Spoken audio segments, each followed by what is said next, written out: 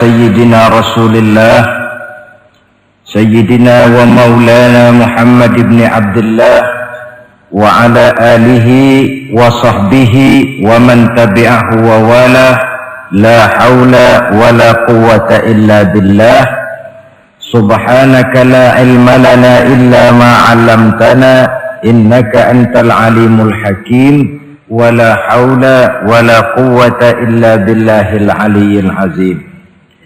Saudara-saudara hadirin yang berbahagia, salah satu nikmat yang diberikan Allah kepada kita di dalam kehidupan ini ialah bahwa Allah Subhanahu wa ta'ala telah menciptakan segala sesuatu serba berpasang-pasangan.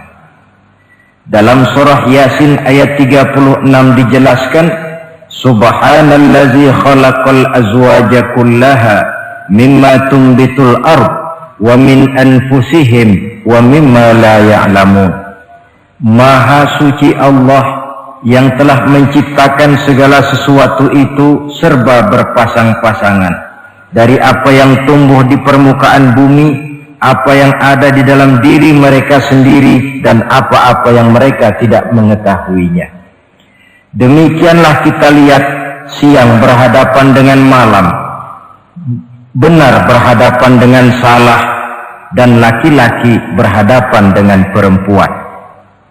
Setelah Allah menciptakan segala sesuatu itu serba berpasang-pasangan, maka Allah menetapkan aturan permainan yang mengatur seluruh kehidupan makhluk yang serba berpasang-pasangan itu.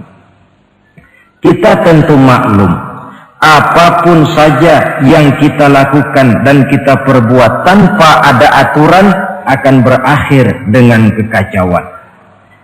Cobalah kita bikin satu sekolah, buka satu sekolah, tidak usah pakai aturan, tentu kacau. Bikin organisasi tanpa memakai aturan, tentu kacau. Demikian daripada kehidupan ini, kalau tanpa ada aturan, tentu kekacauan yang akan timbul. Allah pencipta manusia. Allah tahu benar kemampuan maksimal manusia. Oleh sebab itu, aturan permainan yang diturunkan Allah tentu sesuai benar untuk manusia. Satu contoh kecil, pabrik mobil di Jerman bikin mobil namanya Mercy.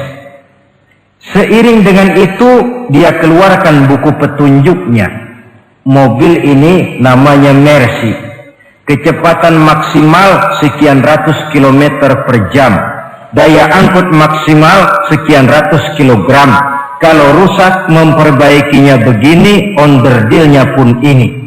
Karena pabriknya yang membuat mobil, lalu pabriknya pula yang mengeluarkan buku petunjuk, sudah tentu buku petunjuk itu sesuai benar dengan mobilnya. Dan tidak bisa kita punya mobil Mercy rusak lalu kita perbaiki dengan menggunakan buku petunjuk yang dikeluarkan oleh pabrik mobil Toyota misalnya. Jelas mobil bukan tambah baik, malah makin hancur tidak karu-karuan. Kalau manusia menginginkan satu hidup yang baik, tidak ada pilihan lain, dia harus memakai aturan yang diturunkan oleh yang bikin manusia.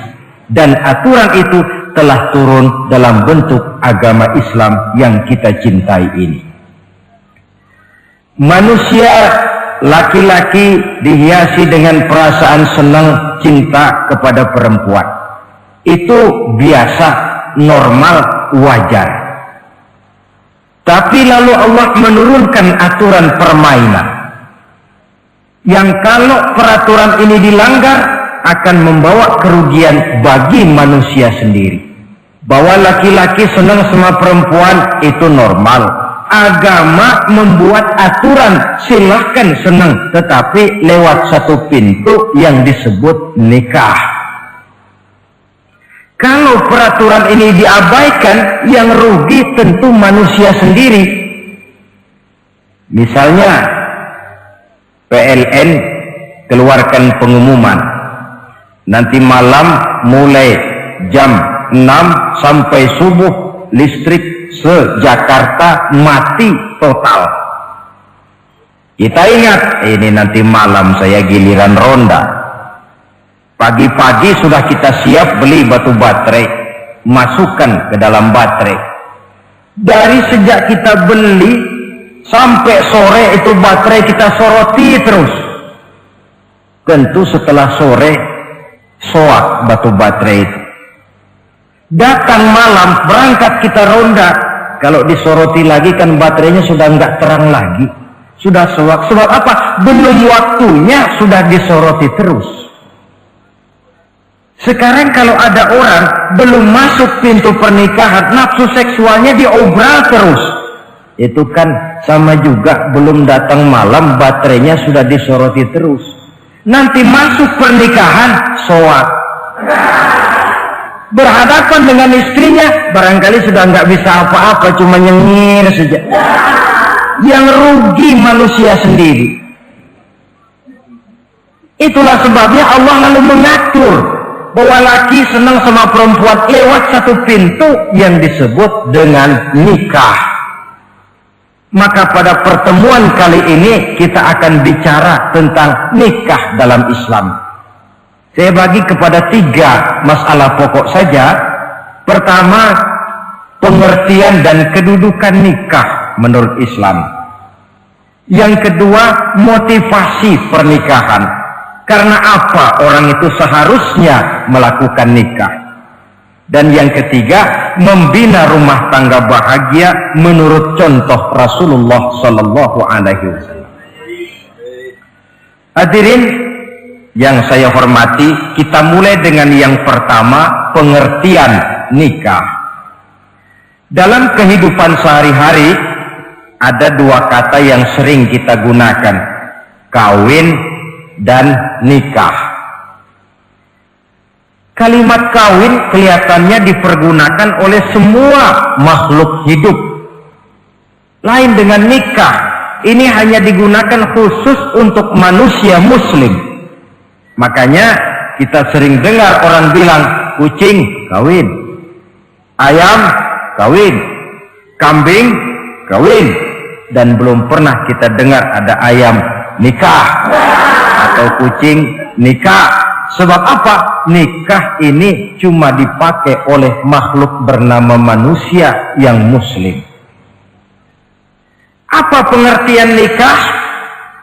Seorang tokoh, Abi Yahya Zakaria Al-Ansari, di dalam kitab Fathul Wahhabnya menjelaskan, an-nikahu aqdun yatadammanu ibahatal wat'i bilafzi inkahin aw nahwihi. Nikah adalah akad, yaitu ijab dan qabul, yang akad ini menjamin dibolehkannya pergaulan bebas antara laki-laki dan perempuan. Jadi kalau sementara anak muda kita beranggapan bagaimana Islam ini kolot, masa laki-laki tidak boleh bergaul dengan perempuan, itu anggapan salah. Islam bukan saja tidak melarang, malah menganjurkan laki-laki bergaul dengan perempuan sebebas-bebasnya, sepanjang pergaulan itu bisa dipertanggungjawabkan, baik menurut hukum negara, lebih-lebih menurut hukum agama. Coba orang kalau sudah akad, sudah ijab qabul, ada saksi, ada wali, selesai itu dia masuk ke dalam kamar berdua, bergaul di situ sebebas-bebasnya, itu saya kira 100% halal. Tidak perlu lagi orang curiga, tidak perlu lagi sembunyi-sembunyi. Kenapa? Ini bentuk pergaulan yang bisa dipertanggungjawabkan. Kalau tidak, dengan dalih new morality, kebudayaan modern, lalu melakukan yang disebut free love, free sex, samen liven, hidup bersama tanpa nikah alias kumpul kebo. Dan saya kira itu kebo cuma mewakili saja. Artinya begitulah kalau binatang itu kumpul. Sebab kumpul kucing pun saya kira begitu, kumpul ayam pun begitu. Kebo cuma mewakili binatang dalam kalimat itu. Tengoklah berapa banyak sudah bayi-bayi yang lahir ke dunia ini tanpa tahu kemana dia harus memanggil bapak. Berapa banyak gadis-gadis bergelimpangan jadi korban dari orang-orang yang tidak bertanggung jawab. Itu semua merupakan ironi. Maka menjauhkan manusia dari aturan agama pada hakikatnya sama dengan usaha membinatangkan manusia. Bahkan kalau manusia sudah jauh dari aturan agama, sanggup berbuat lebih buas daripada binatang. Kita tahu yang namanya bajing itu makanannya cuma kelapa, tapi bajingan itu bukan cuma kelapa, kabel telepon doyan kok bajingan. Jauh lebih buas daripada yang namanya binatang. Maka agama ini mengatur agar manusia sebagai makhluk yang mulia hidup secara mulia. Jangan manusia kita ini, binatang saja. Kalau saudara ada yang punya kucing di rumah, saudara taruh di depannya, saudara sendiri yang langsung kasih ikan di piring, kasih kucing. Aduh, dia akan makan dengan tenang, nikmat, lahap, tidak nengok kiri, tengok kanan. Kenapa? Dia yakin betul yang dia makan itu sudah resmi, sah. Sebab apa? Tuan rumah yang kasih. Tapi kalau si kucing ngambil sendiri di dapur, mencuri dia, setelah dapat dia bawa lari, makan pun tidak tenang. Kenapa? Mesti nengok kiri, nengok kanan. Rupanya instingnya pun bekerja. Ini bukan hak saya mencuri. Saudara-saudara, tengok orang yang sudah terlibat dalam pergaulan suami istri yang sah, itu kan nggak perlu tengok kanan, tengok kiri, nggak perlu takut-takut. Kenapa? Sudah sah. Tapi kalau yang bukan istrinya, wah itu sudah seperti kucing nyolong ikan, tengok kiri, tengok kanan, tidak pernah mengalami ketenangan. Itu selintas pengertian nikah. Lalu bagaimana kedudukan nikah menurut Islam? Ternyata nikah dalam pandangan Islam tidak cuma sekedar untuk memenuhi kebutuhan biologis manusia, tidak cuma sekedar untuk memperkembangbiakkan keturunan, tidak cuma sekedar untuk mendapat ketenangan hidup. Lebih tinggi daripada sekedar itu, nikah dalam pandangan Islam ibadah. Jadi kalau kita ditanya, Pak, ibadah apa yang paling enak dalam Islam? Jawabannya jelas, nikah. Begitu enaknya ibadah yang namanya nikah ini, sampai yang sudah pernah pun pengen ulangan. Namanya ibadah. Tetapi tentu ada konsekuensi. Oleh karena nikah ibadah, dan semua ibadah dalam Islam tidak boleh dikerjakan setengah hati atau main-main. Sholat ibadah, tidak boleh main-main atau setengah hati atau coba-coba. Puasa ibadah, tidak boleh main-main, setengah hati atau coba-coba. Dan oleh karena nikah pun ibadah, punya nilai sakral, juga tidak boleh main-main, setengah hati atau coba-coba. Dus nikah eksperimen tidak dikenal dalam Islam. Mas, saya dengar sampean sudah nikah ya? Iya mas, saya cuma nyoba saja kok ini kok. Kalau enak terus, enggak ya bubar. Ini tidak ada nikah eksperimen, sebab dia punya nilai sakral yang bermotifkan ibadah. Itu pengertian dan kedudukan nikah. Lalu apa motivasi suatu pernikahan? Karena apa seharusnya orang nikah itu? Apa landasannya? Saudara, hadis yang diriwayatkan oleh Imam Bukhari, Muslim, Abu Dawud dan Ibnu Majah dari Abi Hurairah menjelaskan, Nabi bersabda, tunkahul mar'atu li arba'in, nikahilah perempuan karena 4 perkara. Kalau dia perempuan tentu nikahilah laki-laki karena 4 perkara. Memilih jodoh, nah inilah lengkapnya konsepsi Islam. Memilih jodoh saja Islam itu memberikan petunjuk kok. Karena apa orang memilih jodoh itu? Kata Rasul karena 4 faktor. Pertama, 5 liha. Karena dia orang kaya, cari yang kaya. Yang kedua, lihasabiha. Karena dia keturunan orang baik-baik, cari keturunan orang baik-baik. Yang ketiga, lijamaliha. Karena dia cantik, cari yang cantik. Dan yang keempat, lidiniha. Karena dia orang taat beragama, cari orang yang taat beragama. Kalau berkumpul keempat-empatnya, rasanya surga dunia sudah. Coba lihat, suami mana sih yang tidak bangga punya istri cantik, kaya, keturunan orang baik-baik, lalu taat beragama? Atau istri mana sih yang tidak bangga punya suami ganteng, kaya, keturunan orang baik-baik, dan taat pula beragama?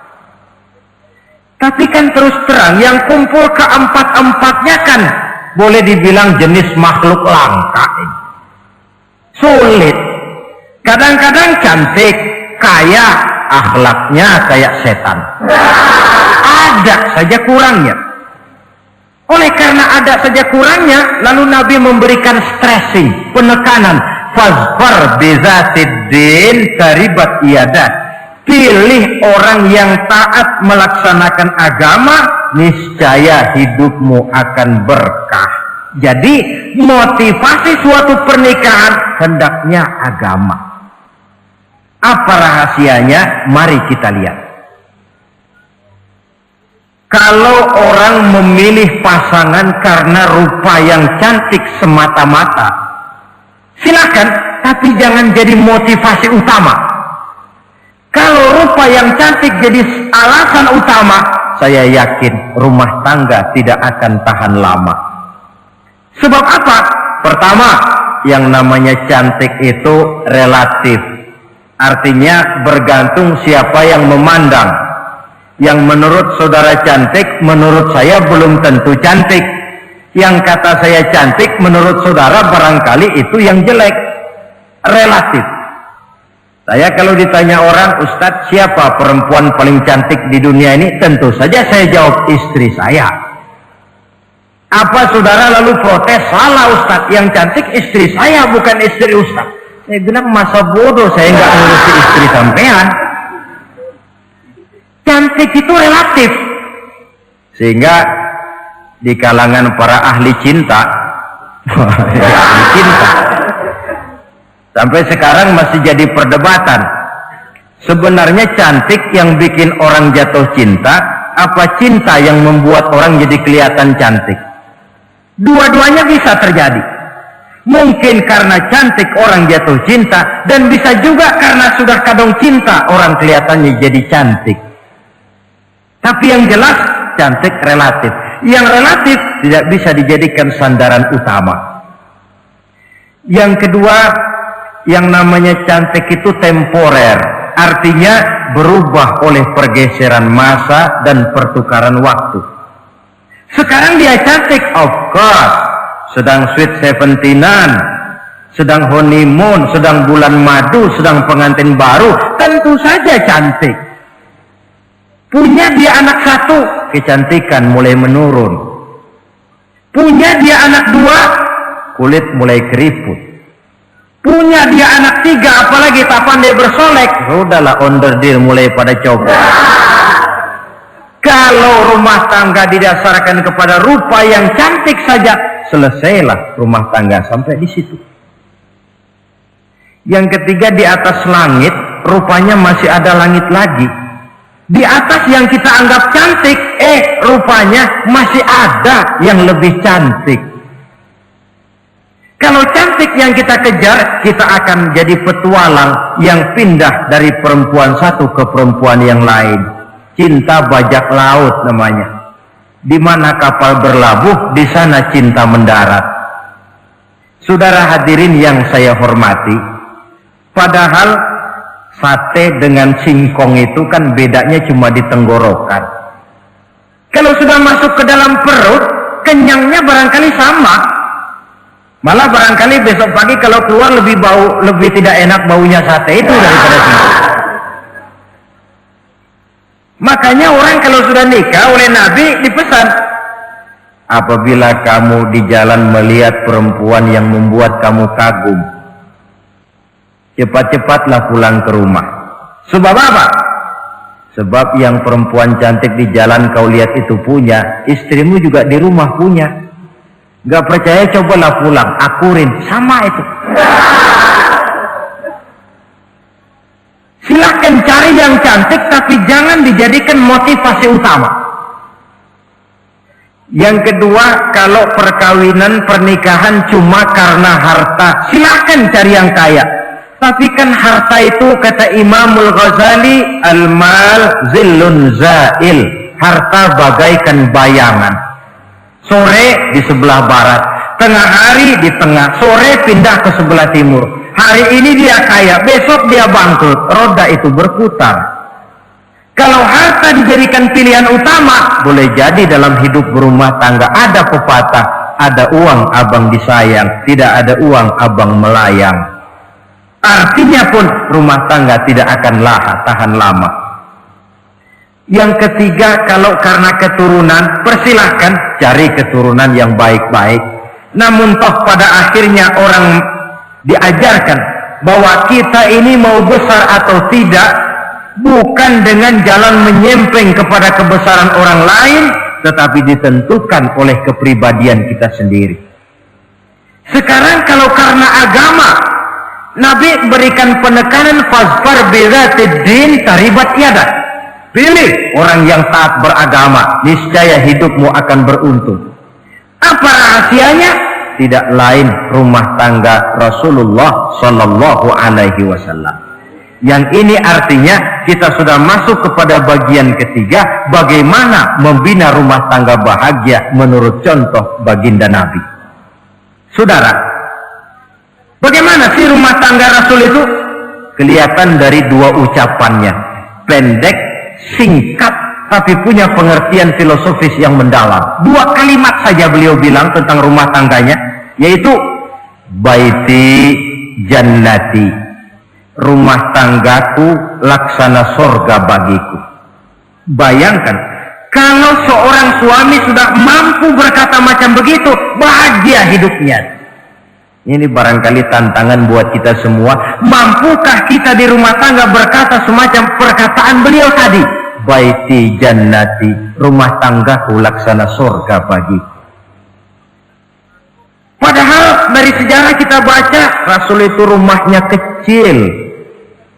Tidurnya di atas pelepah daun korma, sampai berbekas di pipinya. Sarapan paginya seteguk zam-zam, sepotong roti, kadang-kadang 3 butir korma. Tempat tidurnya bukan alga spring bed atau Dunlop pillow macam kita punya. Di rumahnya tidak ada mebel spaghetti model yang lagi ngetop-ngetopnya. Entah di tengah rumah macam itu, beliau sanggup berkata, baiti jannati. Kenapa kita yang hidup di zaman di mana fasilitas mestinya lebih menunjang, kok malah banyak yang berkata sebaliknya? Baiti nari, rumah tanggaku laksana neraka bagiku. Padahal dilihat dari segi materi, rumahnya bertingkat, mobilnya serba berkilat, uangnya banyak berlipat-lipat, istri pun cantik memikat, kadangkala boleh jadi jumlahnya 4. Tapi tiap hari kiamat. Kenapa ini? Marilah kita lihat. Ternyata rumah tangga Rasul itu motivasinya tidak lain agama. Agama menuntun suami dan istri masing-masing untuk tahu kewajiban dan tahu haknya. Kalau kewajiban sudah dilaksanakan, lalu hak diberikan, akan timbul pengertian, understanding. Kalau sudah ada saling pengertian, akan timbul ketenangan, feeling of security. Dan ketenangan tangga utama untuk mencapai yang disebut bahagia. Itu sebabnya hakikatnya membicarakan rumah tangga yang berdasarkan agama tidak lain adalah bagaimana seharusnya seorang suami melaksanakan kewajibannya dan seorang istri melaksanakan tugasnya. Artinya kewajiban suami itu apa? Kewajiban istri itu apa? Kewajiban istri hak suami, kewajiban suami hak untuk istrinya menurut tuntunan dan tuntutan agama. Saudara hadirin, menurut hadis riwayat Abu Dawud dari Muawiyah bin Haidah, satu hari Rasul ditanya, ya Rasul, apa sih hak istri-istri kami ini? Artinya kewajiban kami sebagai suami ini apa? Rasul menjawab, pertama, anta ta'amaha iza ta'imta. Kau beri istrimu makan sebagaimana engkau makan. Kewajiban seorang suami.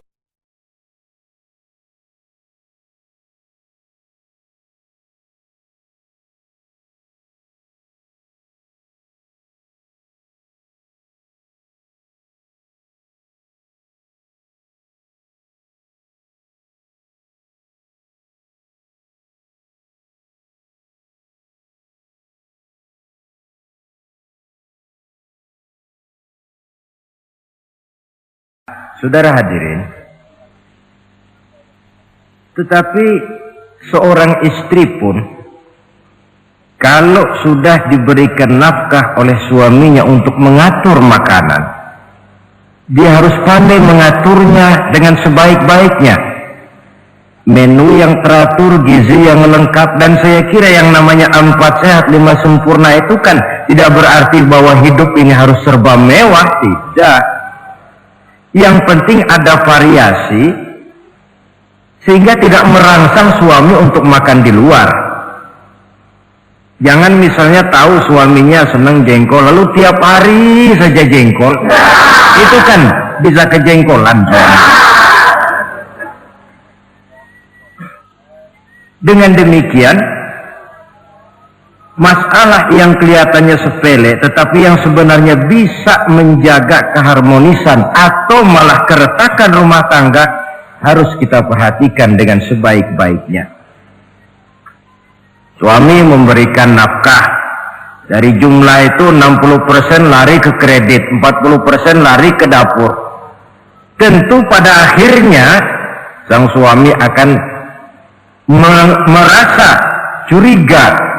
Padahal barangkali istrinya pun berniat baik, cuma hanya tidak ada keterbukaan di dalam mengurus masalah-masalah yang berhubungan dengan dapur. Inilah kewajiban yang pertama dari seorang suami, kewajiban yang menyangkut masalah pangan. Lalu yang kedua, wataksuwaha izaktasaita. Engkau beri istrimu pakaian sebagaimana engkau berpakaian. Suami yang adil, pakaian yang dia pakai sama harganya dengan yang dibelikan untuk istrinya, kecuali tentu kalau istrinya ridho.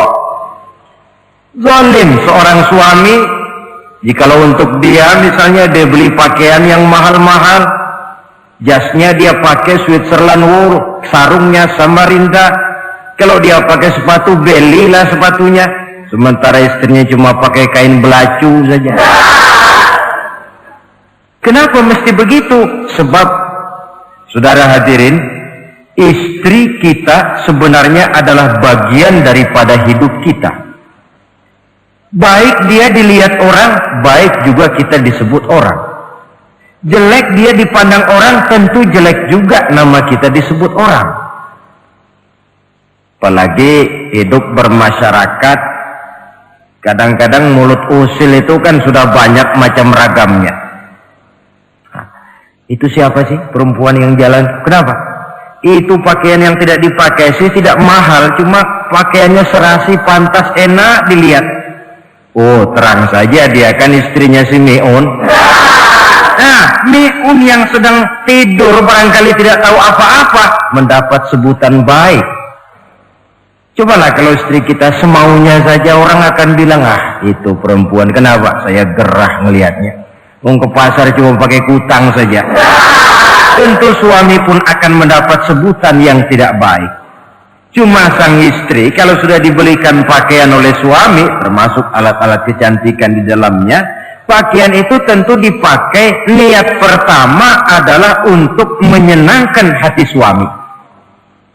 Seorang istri yang memakai bedak untuk menyenangkan suami, misalnya tiap polesan bedak ada pahalanya.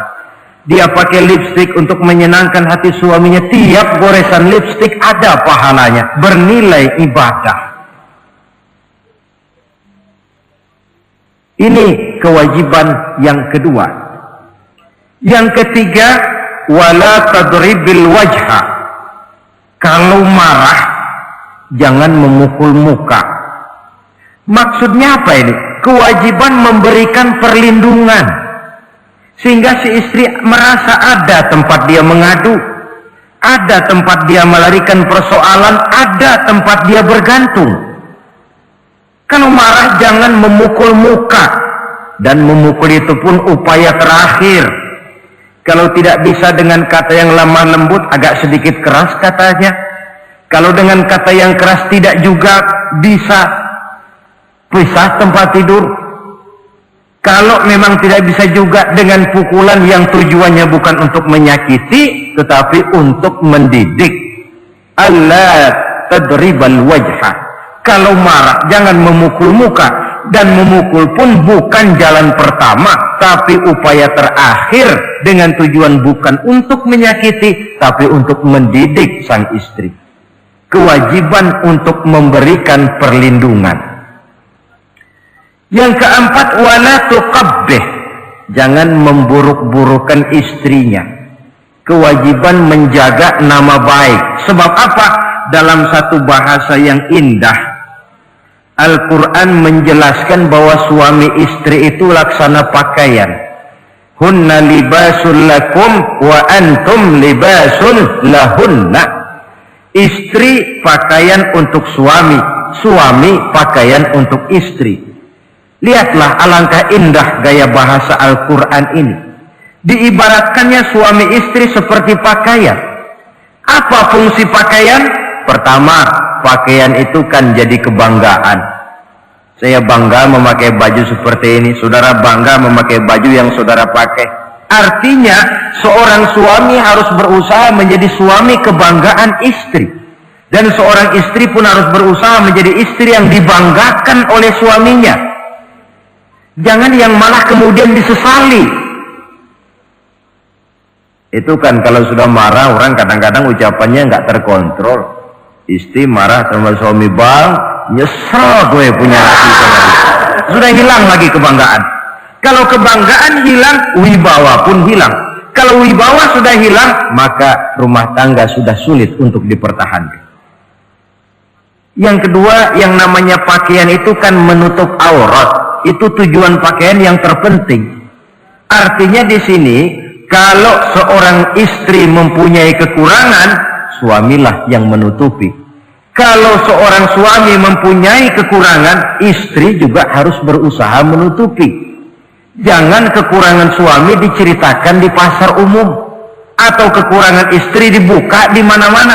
Itu namanya suami istri tidak berfungsi sebagai pakaian, malah justru saling membuka aurat masing-masing. Iyalah kadang-kadang penyakit ini. Kadang-kadang yang namanya perempuan dari rumah itu berangkat ngaji katanya, sampai di pengajian apa? Suaminya diakur-akurin. Bayu bagaimana suami? Wah, suami saya payah. Dipayahkannya suaminya di mana-mana. Atau aib dan kekurangan istri diceritakan di mana-mana. Orang bertanya, gimana mas istrinya? Oh, nggak maju. Loh, kenapa istrimu kan cantik? Iya, soal cantik sih iya, tapi tidurnya kok ngiler ini. Ini kan nggak perlu yang macam begini ini. Tidak bisa menjaga apa yang disebut security informasi. Fungsi pakaian sebagai suami istri tidak berjalan di dalamnya. saling menjaga kehormatan diri. Ini yang keempat. Yang kelima, wala tahjur illa fil bait. Jangan berpisah dari istri kecuali di rumah. Maksudnya begini, kalau satu hari seorang istri suami marah kepada istrinya, tidak usah istri itu disuruh pulang ke rumah orang tuanya, ke rumah mertua lalu diusir. Tidak, cukup pisah tempat tidur saja. Ini maknanya wala tahjur illa fil baiti. Umpamanya, dek, malam ini saya sedang tidak enak pikiran, kau tidur di kamar belakang lah, saya kamar depan. Cukup pisah tempat tidur saja, tidak perlu istri dipulangkan ke rumah orang tuanya. Nanti umpamanya tengah malam turun hujan, udara dingin, pikiran berubah, berasa perlu, kan tinggal manggil. Tidak jauh. Secara psikologis ajaran semacam ini bisa kita terima. Saudara hadirin yang saya hormati, ini pada prinsipnya kewajiban seorang suami. Kewajiban yang menyangkut masalah pangan, sandang, perlindungan, memelihara kehormatan, dan menjaga ketenangan di rumah tangga dengan menyelesaikan persoalan rumah tangga itu secara intern.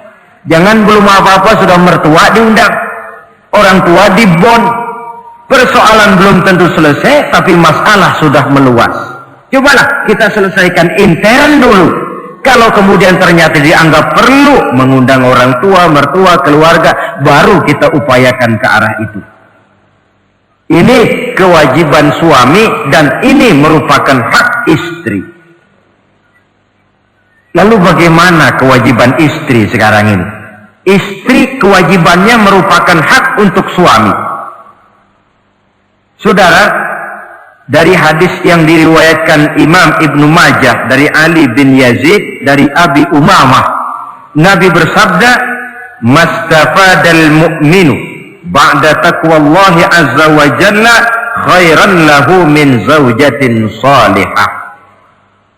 Bagi seorang mukmin, sesudah dia mempunyai sifat takwa kepada Allah, tidak ada yang lebih membawa manfaat selain daripada istri yang solehah.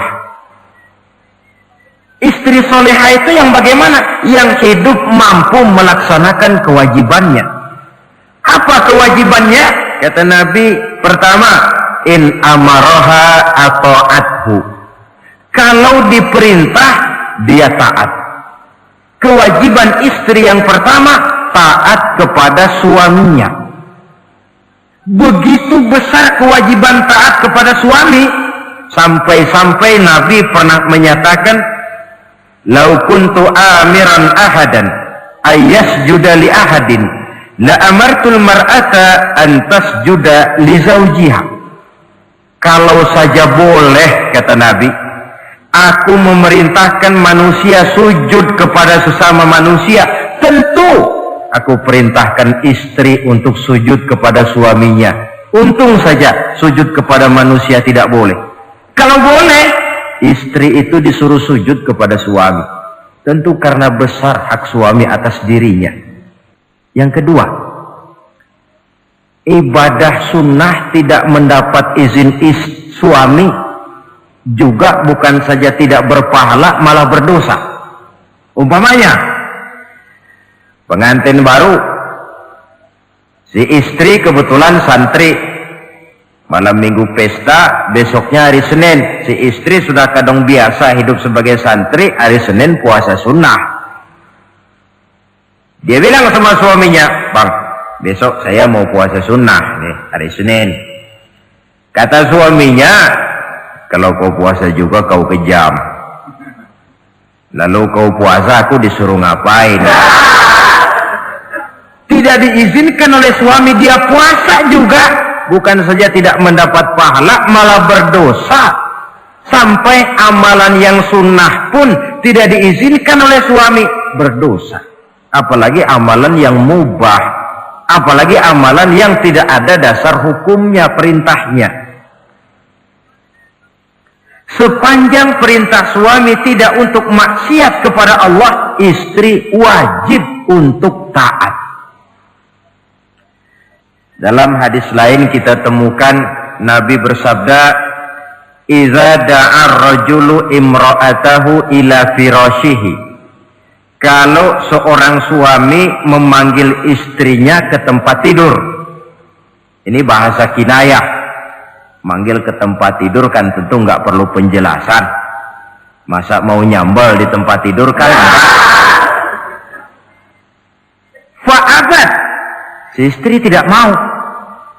Lantaran istri tidak mau, suami jengkel. Fabata ghadbana 'alaiha. Sampai dalam jengkelnya tidur. La'anat hal malaikatu hatta tusbiha. Istri macam itu dilaknat, dikutuk oleh malaikat sampai datang waktu pagi. Kewajiban untuk taat.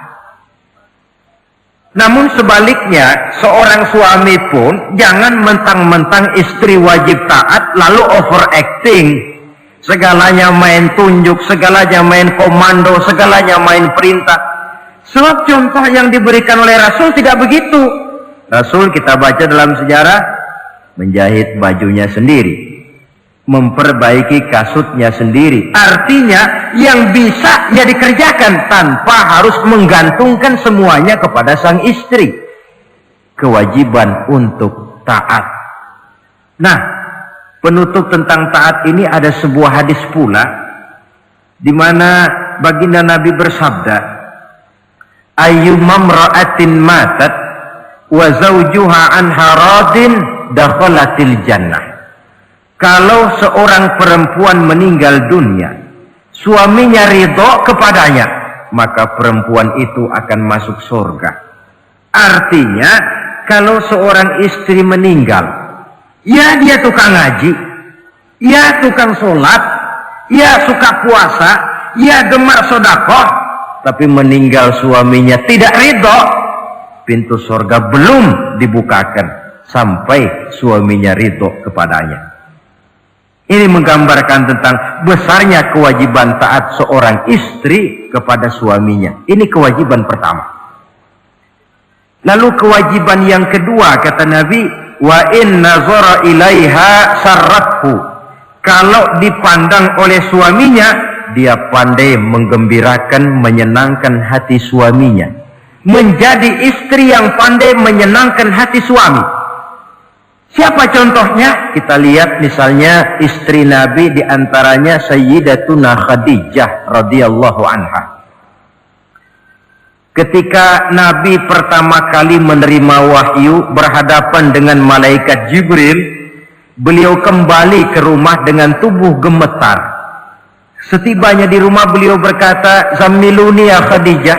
Khadijah, selimuti saya. Kenapa bang? Barusan datang malaikat Jibril, dia katakan begini-begini, saya khawatir Khadijah. Khadijah tahu suaminya sedang gelisah. Sebagai istri yang bijak beliau tampil, apa katanya? Kalla ma yukhzikallahu abada. Tidak apa-apa bang, jangan khawatir, Allah tidak akan menyusahkan abang buat selamanya. Ini istri yang pandai menyenangkan hati suami. Suami pulang dagang dari pasar, rugi. Istri tampil, itulah bang romantikanya dagang. Masa selamanya saja, untung sekali-sekali lah rugi. Si suami kan tidak terlalu pusing kepalanya.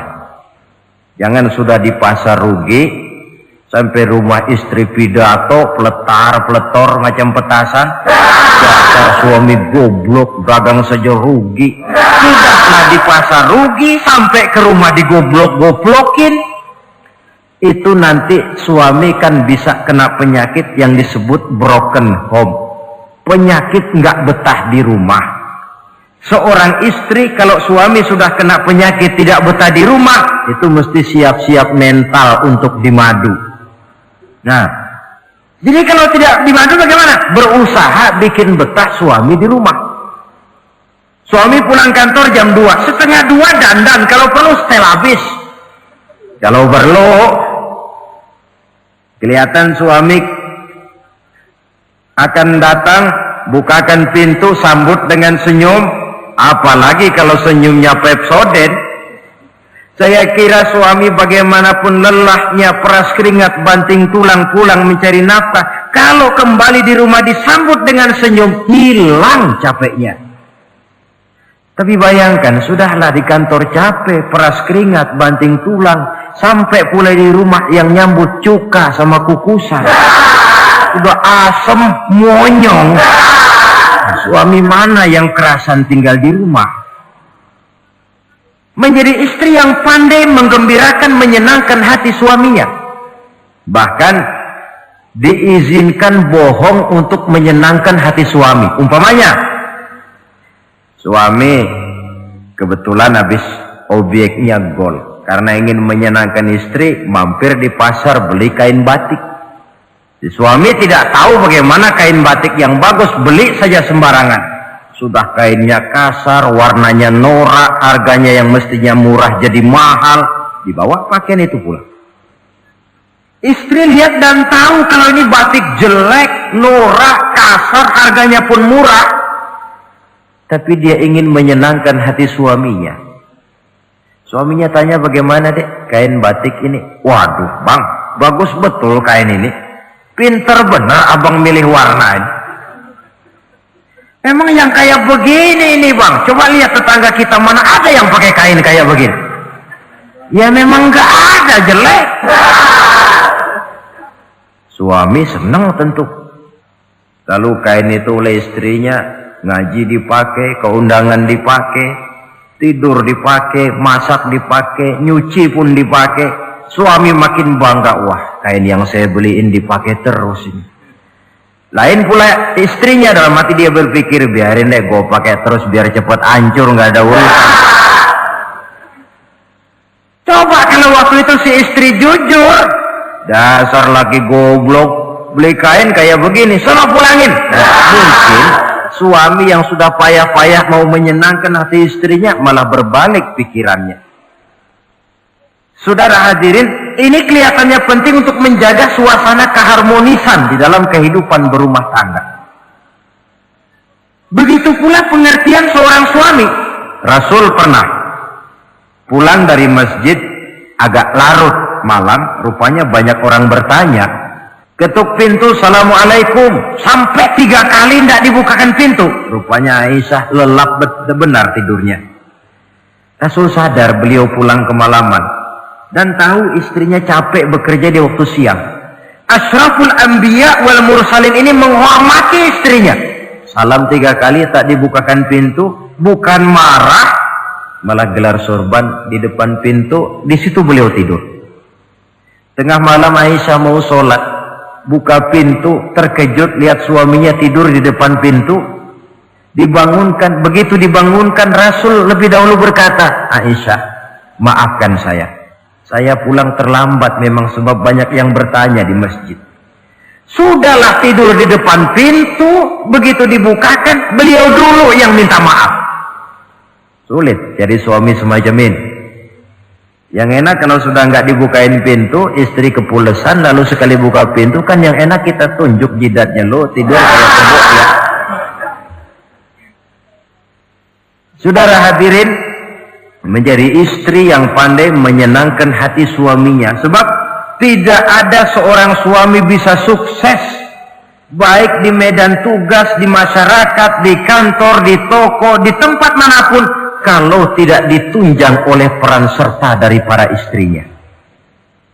Karena itulah perempuan walaupun peranannya tidak begitu kelihatan, sebenarnya sangat menentukan. Seorang suami yang jujur, polos, lugu, sederhana, sanggup menjadi koruptor ulung karena didorong-dorong oleh istrinya. Merangsang ketamakan suami. Istri dibakar oleh tetangganya. Bang, kenapa? Kau kan di kantor kepala bagian. Lalu, tangga kita pegawai kecil saja bang, tapi coba lihat istrinya kalau pakai gelang kayak pelek beca bang. Kau kepala bagian gak bisa beliin saya macam gitu, kepala bagian goblok. Lalu bagaimana bu, gaji saya kan sudah jelas segitu. Iya, kamu kan kepala bagian. Apaan kayak di kantor sabet. Kalau sudah main sabut-sabutan begini, sudah merangsang suami untuk berbuat yang tidak baik. Kecil, tidak begitu kelihatan, tapi sangat menentukan. Istri yang soleh, yang bisa melaksanakan kewajibannya, yaitu pandai menyenangkan hati suaminya. Ini kewajiban istri yang kedua. Yang ketiga, wa in aqsama alaihi abarrathu. Kalau suami memberikan sesuatu, dia pandai berbakti, menjadi istri yang pandai bersyukur kepada suami.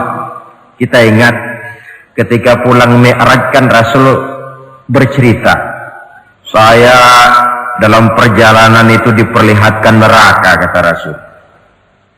Saya lihat kok isinya kok lebih banyak perempuan daripada laki-laki. Nah, sahabat heran, ya Rasul, lebih banyak perempuan? Iya. Apa mereka tidak sholat? Sholat. Apa mereka tidak pernah hadir di majelis taklim? Oh, rajinan dia sama suaminya. Ada apa benar pernah baca Quran? Rajin. Lalu kenapa kok isinya kebagian besar perempuan? Rasul menjawab, hunna yakfurnal asir. Mereka umumnya tidak pandai bersyukur kepada suaminya. Hujan panas setahun dibalas dengan hujan sehari. Kalau suaminya sedikit salah, sudah kehilangan pertimbangan, tertutup seluruh kebaikannya. Yang kelihatan cuma salahnya saja. Maka sebaiknya di dalam hidup berumah tangga, baik suami maupun istri itu masing-masing sedia timbangan. Kalau satu saat suami salah, istri ambil timbangan. Timbang, suami saya salahnya ini, jasanya ini. Bertahun-tahun dia hidup mencari nafkah buat saya, membelikan pakaian untuk saya, mencarikan makan untuk saya. Salahnya ini. Timbang mana lebih banyak salahnya atau benarnya. Dengan demikian kita akan bisa menghasilkan keputusan objektif. Giliran istri yang salah, suami yang ambil timbangan, ukur mana lebih banyak baiknya atau salahnya. Kalau tiap kita masing-masing punya timbangan, insya Allah nilai-nilai objektif dari suatu pertimbangan akan bisa kita temukan dalam mengambil keputusan. Istri yang pandai berbakti membalas budi daripada suaminya. Kewajiban yang keempat dari seorang istri, wa in ghaba anhu nasahathu fi nafsiha wa malihi. Kalau suami tidak ada di rumah, dia pandai menjaga kehormatan dirinya dan pandai menjaga harta suaminya. Tidak mencari kesempatan dalam kesempitan. Suami lembur, istri ngompreng. Dan pandai menjaga harta suaminya. Nah, coba lihat. Kalau seorang suami ada uang di kantongnya 100 rupiah. Ada tukang minta pengemis, istri ambilkan saja tanpa izin suaminya uang di kantong suami 100. Dia sedekahkan. Niatnya tentu baik. Si istri dapat dosa, si suami dapat pahala. Perbuatan sedekahnya itu betul, tapi mengambil uang tanpa izin suami itu yang salah. Dan ternyata salah itu lebih besar daripada pahala yang dia lakukan lantaran bersedekah itu. Kalau ini terwujud, maka suasana saling mempercayai akan tumbuh. Kalau sudah saling mempercayai, rasanya akan terwujud kedamaian dan ketenangan. Suami meninggalkan rumah dengan perasaan tenang, istri pun melepas suami dengan perasaan damai, tanpa was-was, tanpa curiga, dan sebagainya. Dan ini modal yang paling utama mewujudkan saling kepercayaan dalam membina hidup bahagia. Saudara, jadi dengan demikian kewajiban suami dan kewajiban istri yang merupakan bagian tidak terpisahkan dari bagaimana membina rumah tangga berdasarkan tuntunan agama, merupakan hal yang dicontohkan oleh Nabi kita Muhammad Sallallahu Alaihi Wasallam. Dengan satu kesimpulan, rumah tangga Nabi bahagia karena rumah tangga itu disinari oleh ajaran-ajaran agama. Sehingga timbul saling pengertian membawa kepada ketenangan, dan ketenangan sesungguhnya tangga utama mencapai rumah tangga bahagia. Tanpa materi orang memang sulit untuk bahagia, tapi materi semata-mata bukan merupakan jaminan bahwa orang akan hidup bahagia. Banyak isak tangis berbunyi di rumah-rumah mewah, dan banyak sendak gurau, tawa dan canda, tawa lerai di rumah-rumah sederhana. Artinya suka dan duka, sedih dan gembira, susah dan bahagia bisa ada di gubuk reot dan bisa juga ada di rumah mewah. Ternyata bukan harta semata-mata yang menopang dan menjamin hidup itu akan bahagia, tapi satu rumah tangga yang dipancari oleh sinar agama di bawah naungan ridho dari Allah Subhanahu wa Ta'ala. Si istri taat melaksanakan ajaran agama, suami taat, lalu anak-anak pun hidup dalam suasana yang religius. Dari sana tumbuh pancaran sinar keagamaan. Irama agama mengalun dalam kehidupan rumah tangga kita. Berfungsilah dengan demikian rumah tangga sebagai tempat di mana kita mengamalkan ajaran agama kita. Alangkah nikmat satu rumah tangga. Istri ahli ibadah, suami pun ahli ibadah, anak-anak pun terbiasa oleh lingkungan untuk hidup melaksanakan suatu ibadah. Dan keberhasilan di rumah tangga awal untuk menuju keberhasilan di masyarakat, di tempat tugas, dan di tempat-tempat lainnya. Sebaliknya, kehancuran rumah tangga akan selalu menjadi awal kehancuran karir di masyarakat, di tempat kerja, dan di tempat-tempat lainnya. Oleh karena itu, berangkat dari hal semacam inilah, maka kita berkeyakinan rumah tangga yang bahagia ialah rumah tangga yang didasarkan kepada ajaran agama. Sehingga tercapailah kebahagiaan hidup di dunia yang langsung menopang kepada kebahagiaan hidup di akhirat nanti. Nah, inilah pembicaraan kita pada pertemuan kali ini. Dengan harapan, mudah-mudahan dari setiap rumah tangga muslim memancar sinar-sinar agama, menjadi kubu-kubu pertahanan di mana kita menegakkan ajaran agama, dan pada akhirnya nanti akan tercipta masyarakat yang agamis. Terwujudlah ketenangan, kedamaian, dan ketentraman. Mudah-mudahan ada manfaatnya.